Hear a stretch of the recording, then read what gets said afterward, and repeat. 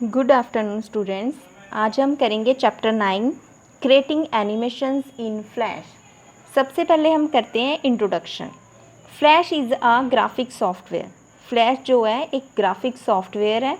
It is use to create interactive web pages that combine images, sounds, videos and animations. ये क्या करने के लिए यूज़ किया जाता है? ये इंटरेक्टिव वेब पेजेस को बनाने के लिए यूज़ करते हैं, जो पिक्चर्स को, इमेजेस को, साउंड्स को, वीडियोस को एंड एनिमेशंस को जोड़ता है। ये creating an animation and drawing is an existing feature of Flash. Animation and drawing बनाना जो है फ्लैश की एक दिलचस्प विशेषता है। एग्जिस्टिंग फीचर है, ये एक दिलचस्प विशेषता है फ्लैश की। Animation is a technique in which a series of frame is displayed rapidly. Animation जो है एक तकनीक है जिसमें फ्रेम्स की एक सीरीज़ को, मतलब फ्रेम्स की एक लड़ी को जल्दी से, मतलब तेज़ी से जो प्रदर्शित किया जाता है।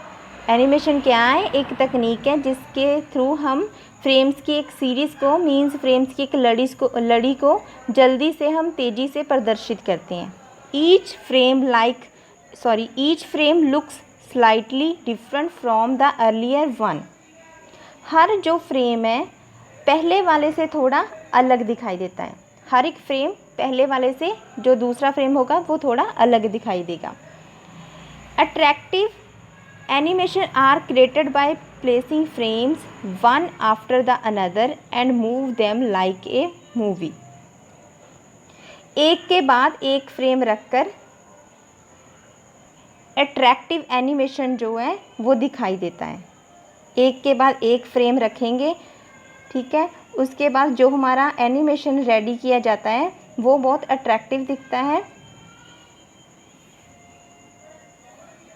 Attractive animations are created by placing frames one after the another and move them like a movie. एक के बाद हम एक जो है फ्रेम रख के उसको एनिमेशन क्रिएट करते हैं, देन इसको एक मूवी की तरह, एक फिल्म की तरह फिर हम मूव करते हैं। Here you will learn how to create simple animation। इसमें हम ये सीखेंगे, ये लर्न करेंगे कि हम एक सिंपल सा एनिमेशन कैसे बना सकते हैं, कैसे क्रिएट कर सकते हैं। For that it is essential to learn the timeline, frames and symbols। इसके लिए हमें क्या सीखना पड़ेगा? क्या हमें लर्न करना पड़ेगा? टाइमलाइन मतलब समय की रेखा, फ्रेम्स परतें, सिंबल्स मीन चिन्ह। तो एक सिंपल सा एनिमेशन क्रिएट करने के लिए हमें सबसे पहला इन 3 चीज़ों को लर्न करना पड़ेगा। उसके बाद है अंडरस्टैंडिंग टाइमलाइन।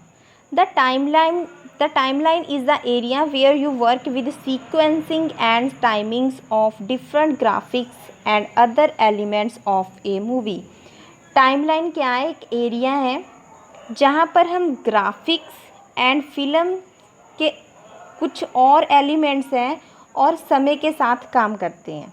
एक तो हमारे पास क्या होगा, एक टाइमलाइन क्या होता है कि एरिया होता है जहाँ पर हम ग्राफिक्स एंड फिल्म्स के कुछ और एलिमेंट्स जो हैं और समय के साथ काम करते हैं। It controls and organises the contents and animation of a movie in layers and frames. ये क्या करते हैं? ये फ्रेम्स और लेयर्स में एक फिल्म के पार्ट्स, फ्रेम्स एंड लेयर्स में एक फिल्म के पार्ट्स एंड एनिमेशंस को नियंत्रण, मतलब सीक्वेंसिंग में नियंत्रण और व्यवस्थित करते हैं। ये the main components of timeline are shown in the given figure. जो मेन कंपोनेंट्स हैं, जो मेन पार्ट्स हैं वो इस डायग्राम में शो किए गए हैं।